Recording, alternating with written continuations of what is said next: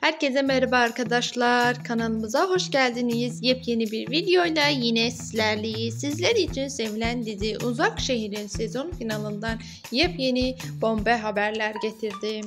Uzak Şehir'in sezon finaline doğru aşıklar, kırılmalar, Cihan ve Alya'nın imkansız aşkı dizinin en güçlü ve yürek burkan hikayesi olarak karşımıza çıkıyor.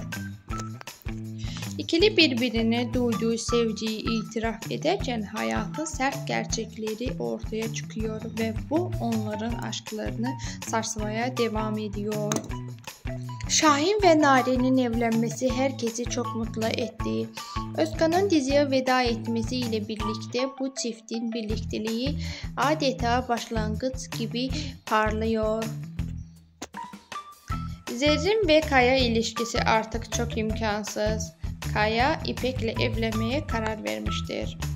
Şimdilik benden bu kadar arkadaşlar. Bir sonraki videolarımızda görüşmek üzere. Hoşça kalın. Videoları beğenerek yorum yapmayı, abone olmayı unutmayın.